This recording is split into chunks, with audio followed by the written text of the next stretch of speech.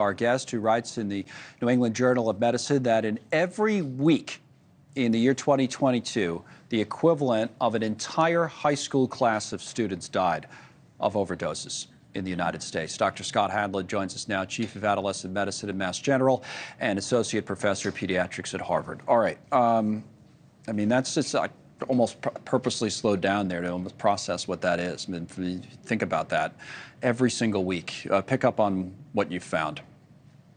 Yeah, it's really concerning. You know, there actually has been a change in the things that cause death in children in the United States, where now for children under the age of 19, the #1 cause of death is guns. The second most common cause is motor vehicle crashes, but the third most common cause of death among kids in the US now is overdoses and poisonings, and most of these are caused by fentanyl. And so this is now killing more kids each year than cancer and all kinds of other conditions that we as pediatricians spend a lot of time thining about. All right, I'm going to kind of look through a few things here on numbers, and then maybe you can give us your analysis and what we can do about it. So first of all, the first on the tablet, we have the national drug overdose deaths, and I think the spike that we'll see when this chart comes up is fentanyl. So this is around, and I kind of pointed out here, 2016, right? I think that's fentanyl right in there. Now, the other points I want to make, you look at overall deaths, national drug overdose deaths, no matter what your age is, they've been going up for years across the board. When we talk specifically, we'll get into younger people,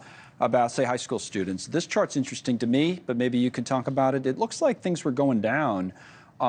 This is 12th graders until it actually decreased from 21% in 2002 to 7% in 2001 on this, but then rebounded.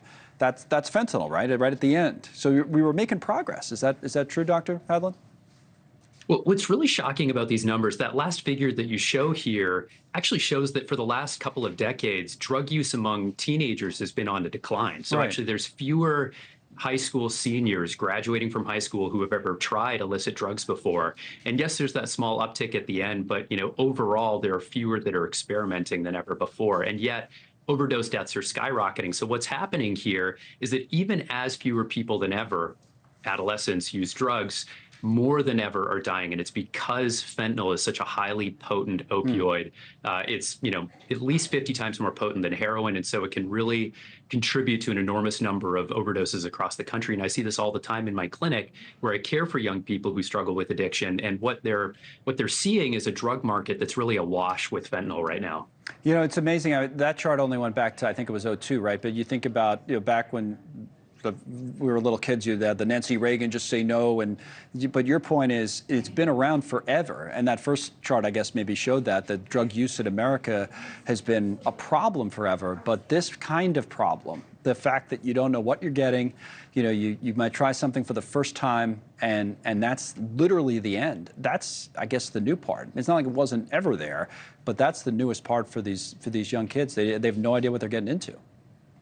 That's right. I talk to families all the time as part of my work and in my advocacy across the country. And I've met lots of families who have exactly that story, that they had a young person who tried a pill maybe just once, maybe twice. And because it's so potent, there's just such a high risk of overdose. And so young lives are being tragically lost at really an unprecedented rate. Part of the issue here, too, is that fentanyl is showing up in all kinds of unexpected places. And the place that it's probably most deadly for young people is that there's a market for counterfeit pills in the United States, meaning pills that look like oxycodone or Xanax, medications that are used to treat pain or anxiety. And these pills are counterfeits. They're fakes. They're created outside of the country, brought into the United States, and they contain fentanyl because fentanyl is cheap to import into the country, highly potent. And so you can, if you're a distributor of drugs, you can make a lot of money using very little drug. And so these counterfeit pills are everywhere. And it turns out that many young people don't know that these counterfeit pills are out there. They think they might be taking something else that's a painkiller or an anxiety relieving medication. And then they overdose. Man, it's just so sad. Thank you for the information. Maybe a quick thought on what we can do. We got to go here in a minute, but a quick thought on if we're making any progress, anything we can do here.